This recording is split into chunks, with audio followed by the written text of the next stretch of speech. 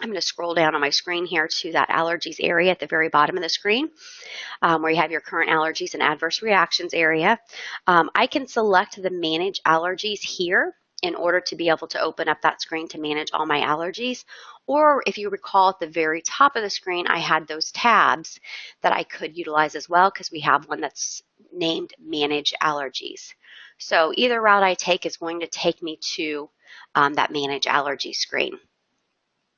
If we look here just on the patient summary screen under the allergies area, I have allergies reviewed. If I wanted to document that the allergies reviewed on today's date, put a date and time stamp on that, I could click on the allergies reviewed hyperlink. And we'll scroll down here and it will show then that the allergies were reviewed by the user that was logged in and the date and time stamp there as well. We'll go ahead and get to that Manage Allergies screen. And on this screen here, it will give me a list of all the active allergies, which we have here one allergy listed for this particular patient already. It will show all inactive allergies. Then it will also allow you to search and associate new allergies to the patient. In order to do that, I have a couple different ways I can do it. We have our Select Common Allergy field. So I can use this drop down here in order to document a common allergy.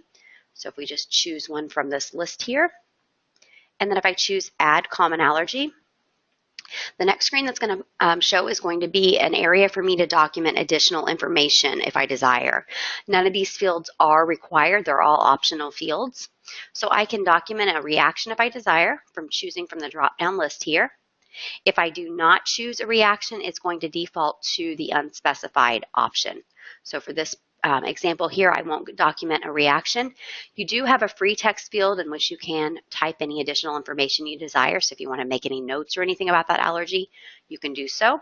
And you can document an onset date as well. So we'll go ahead and choose Add without completing any of those fields. Again, not required. And it's going to take me back to that Manage Allergy screen, and it's going to show that new allergy entry.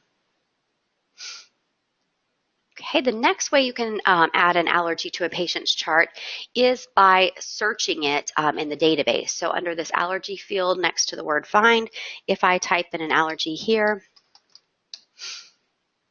and I hit the find button, all my results are going to populate on this next screen.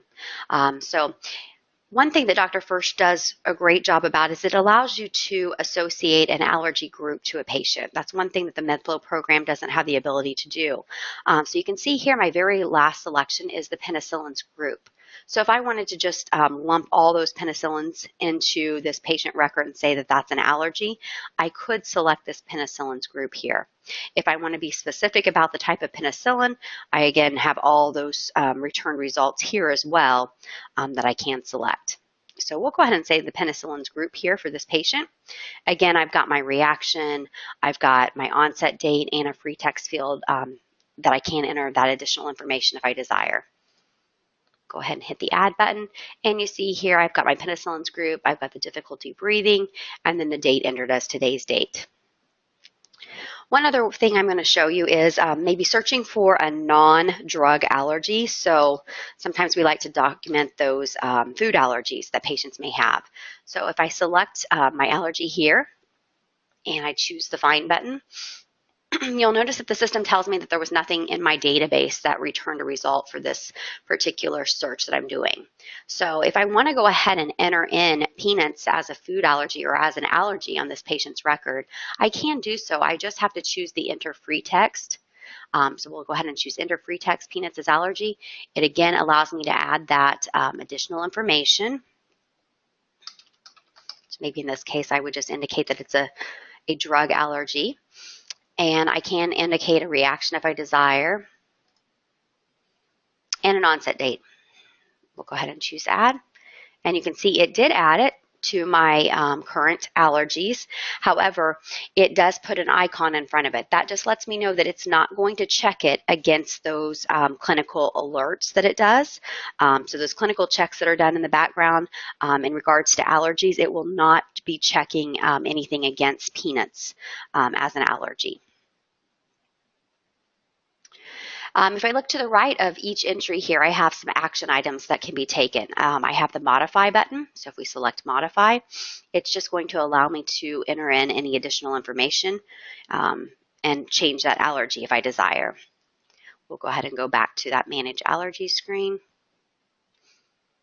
The next one is inactivate. If I desire to inactivate one of these allergies, I can do so. So if we choose one here, you'll notice it's going to populate down at the very bottom and show under the inactive allergies list.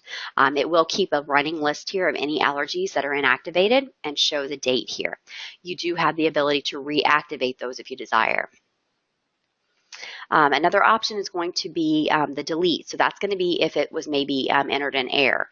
So if I want to delete one of these entries, I can hit the delete. It also is going to populate down here in the inactive allergies list, but you'll notice that we have the text deleted next to it here in the date inactivated column.